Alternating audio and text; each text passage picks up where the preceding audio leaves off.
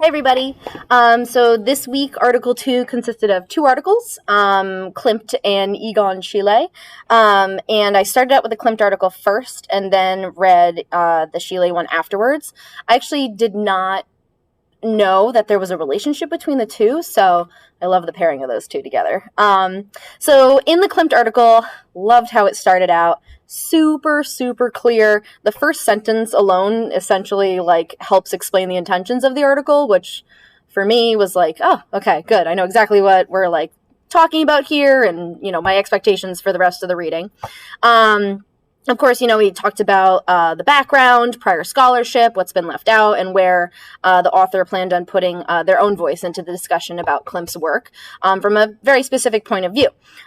So there is a image of Dana, I'm not sure if I'm pronouncing that correctly, at the Damen Salon in the Haus Ast that is being discussed. And it was a very interesting article. I found it to be very complex with a lot of explanation on both the cultural and customary life in Vienna when these works were being created, as well as a little bit of history and the interpretation of Klimt's work.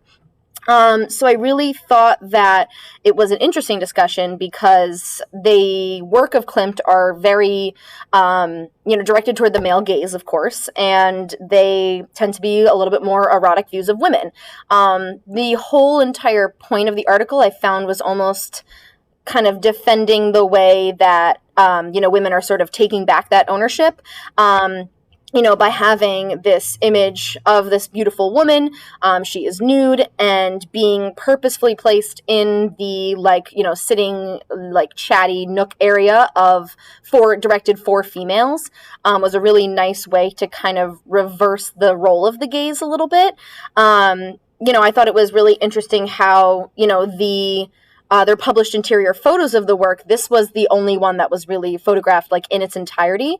And even though the Asts were avid, supporters of Klimt's work, it is kind of cool to see how other patrons of the Klimt group were really connected to this conversation about, purchasing artwork by him and finding ways for them to be displayed in the home. In a very artistic way as well, right? So all of the materials that were utilized for the spaces were designed to kind of really reflect and make the painting a part of the space itself and not just an individual item hung on a wall. And so that's kind of a lot of what I sort of interpreted from the article. I'm hopefully on the right track here. And so, another thing that I found to be really interesting was that in the Schiele article, it started out mentioning that he broke away from Klimt and wanted to do his own thing, and did so in, the most opposite way possible. Rather than female portraits, he was doing male portraits, also of himself. And so while you have Klimt creating work that's very beautiful, very elegant, very, it tells an interesting story about the audience rather than the exact subject. And while Schiele's work sort of emphasizes the subject rather than the audience, his images of males are very intriguing because they all look very vastly different from what we think of a normal body when it comes to our mind.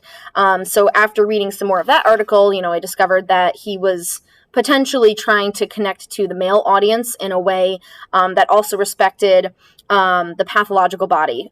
In that article, there was a lot of images of men with various health conditions that affects their physical appearance. And when we look at Schiele's pictures, it sort of feels like he's connecting to those people who potentially are suffering at the hands of similar diseases or anything that makes them feel almost heard in the art world.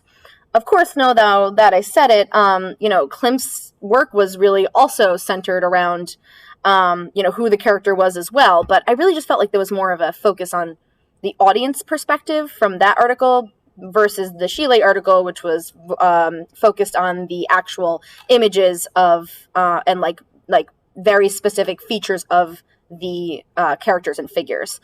So overall, I thought both of them worked really well when paired together. It gave both a more public awareness of what was really happening in the art world in Vienna, kind of like what was really popular at the time, and kind of how social norms and constructs directed certain choices, both by art buyers, by the artists themselves, by the interior designers that created the spaces for these artworks to live. And the Schiele work, or the Schiele article, really expressed how he wanted to reach a different audience, and this like maybe less talked about version of Viennese culture, and how there is this kind of group of people who might feel underrepresented, and so in a way Schiele is giving them a voice, and Klimt is taking away the voice of the women in his images, now that I'm kind of reflecting on it a little bit. And so that's kind of interesting, too, to compare that, right? Like, Egon Schiele is connecting with an audience that might necessarily be the main focus for every artist, and he's trying to give them, their, like, forgotten role back, and Klimt is sort of giving the voice to the owners of his artworks. And so there is a lot of really interesting total contrast between the two artists. I can kind of see why maybe they end up sort of breaking paths and going in opposite ways. Maybe their concept of what, their overall artistic production wanted to be was not really as aligned as they might have thought. I also think it's interesting that Klimt's paintings, because they've been now interpreted in different ways with those interior like decorative moments that they're having, it almost takes away his original intention. So with the painting that they talked about, Dana, I'm not saying that correctly. Sorry. And, by having it in this female interior and, making it for women, it almost like takes away that masculinity side that maybe Klimt had included in his work, whether realizing it or not. And, the ethics is a really interesting point of view from that article on how to do so, how to display the ethic, how to tackle the ethics of display and exclusion of seeing, like, in general with the Damen Salon.